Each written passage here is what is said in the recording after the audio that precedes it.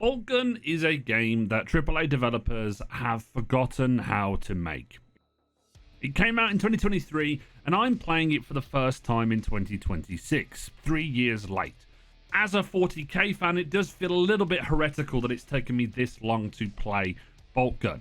But if you'd have told me that a boomer shooter, which is a Doom game wrapped in a Warhammer 40k skin, would be one of the best games that I've played in years, I might have laughed.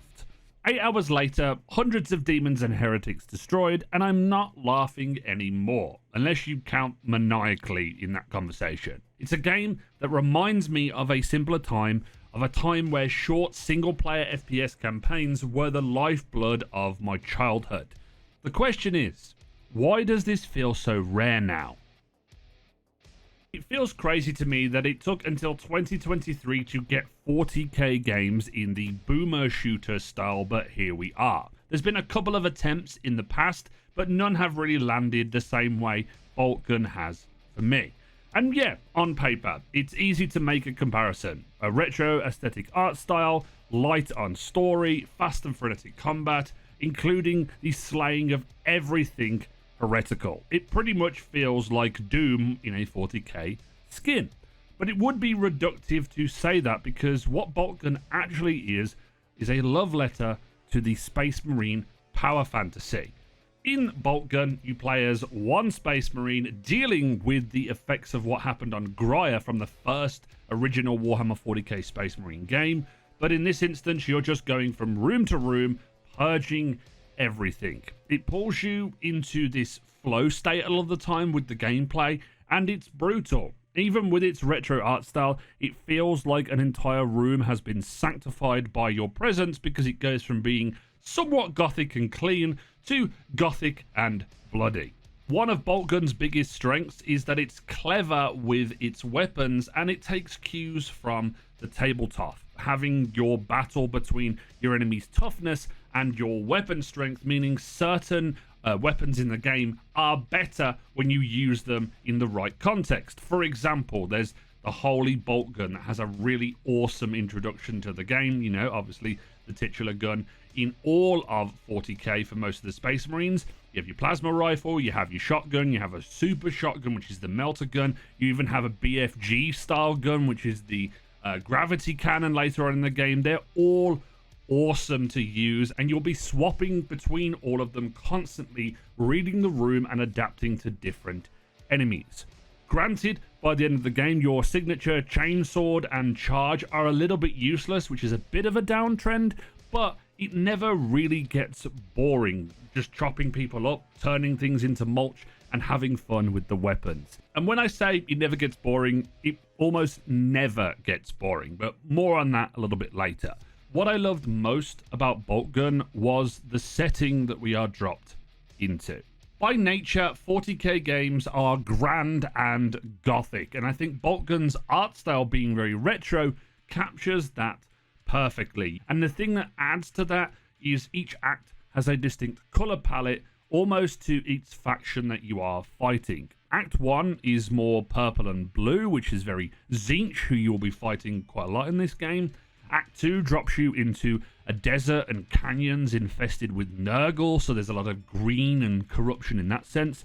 And then Act 3 takes you to this factory district surrounded by molten lava that also blends some of the colors of the blue and the purple and then the green as well. Especially like the crazy purple chaos glitch that you see at the end of Act 1 with Tzeentch, where you literally think there's a glitch in your game, and then there's this really awesome puzzle section that you need to experience it for yourself, because I was confused playing it, but I had a blast figuring out what this actually was. And I think that it extends past the world art itself, because blowing up enemies for the Emperor into bloody chunks still looks brilliant in pixel format compared to all the other games that I've played that are 40k.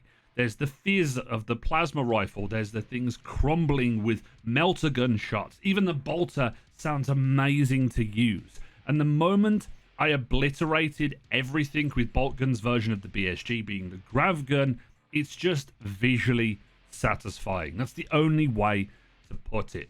And whoever did the sound and the music for this game cooked as well, because you sound like a walking tank with every step, And then there's these gothic choirs accompanying the carnage too. It's just a package that gets it. And the developers get the 40k universe so wow, which is key to making a 40k game great, just as much as the gameplay. Few other games have done this. Darktide's done this really well. Space Marine 2's also done this really well. Even some of the more tactical games like Dawn of War's done this as well. It's really important that you get the 40k universe immersion right. All of this comes together with the art, the sound, and the feel, and it works because it does something that not a lot of games are doing at the moment, is it keeps it simple. It keeps the game short, and that might actually be Boltgun's biggest strength. My runtime clocked in at just under 7 hours. Now, you can play a lot more and find all the different secrets in the game, and your mileage will vary depending on if you're playing on the hardest difficulty. But I played on the normal difficulty, and it was tough. It was challenging, and I felt like it was the right balance when it came to me playing it all the way through. However, towards the end of the game, I will admit it slightly overstayed its welcome just a tad, but it never felt like a slog because of how fast-paced the game actually plays. You are always progressing through. You can get through levels in anywhere between 8 and 20 minutes, which is just fantastic, and it's a massive strength. Overall, I did 3 play sessions, 3 acts, which are roughly 2 hours each. You go room to room, you get the keys and purge enemies in whatever the room it is. You shout your love for the Emperor. Just perfect. I did a video previously about the sweet spot though when it comes to certain games, and Boltgun is a textbook example of this. 7 hours, minimal bloat, secrets to find, challenging and pure fun. These condensed experiences, we rarely see them anymore, especially at least in the FPS space. There are indie devs doing brilliant work with Ultra Kill, Trepang, Witchfire, which I still need to get into all of those games, but there's other ones that are kind of appearing over time. But in the AAA space, the FPS campaign has either become an afterthought, tacked on, forgettable, or it's been abandoned entirely. Halo, well, less can be said about that at this present moment in time. Call of Duty campaigns feel like a box-ticking exercise at this point and are filled with AI slop, and Doom is still holding the line, but that's about it, at least from big publishers. Boltgun isn't AAA, but Boltgun is doing the job that AAA stopped doing alongside a lot of the other indie games. As I asked at the beginning of the video, why does it feel rare? It feels rare because somewhere along the way, the industry decided short wasn't worth it anymore. Budgets for games and development costs have skyrocketed.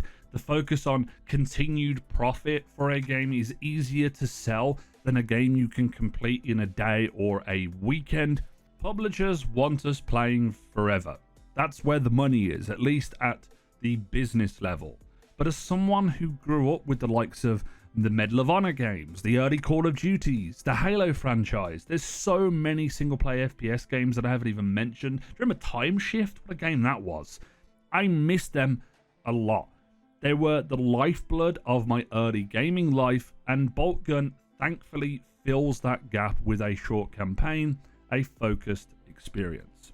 As a 40k fan, it's great that we're getting an FPS of such quality in the universe, and I want to see more. Boltgun is proof that smaller studios can still fly the flag when big publishers just simply won't. The good news is though, I won't have to wait long to be experiencing Boltgun again, because the sequel is right around the corner and I will have my chainsword ready. But I'll throw it back to you.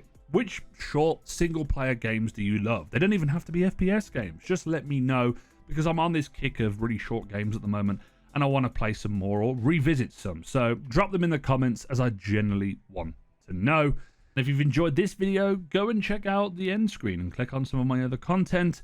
Like and subscribe to the video to see some more content from me. And as always, this has been Jimbo, and I'll see you guys next time.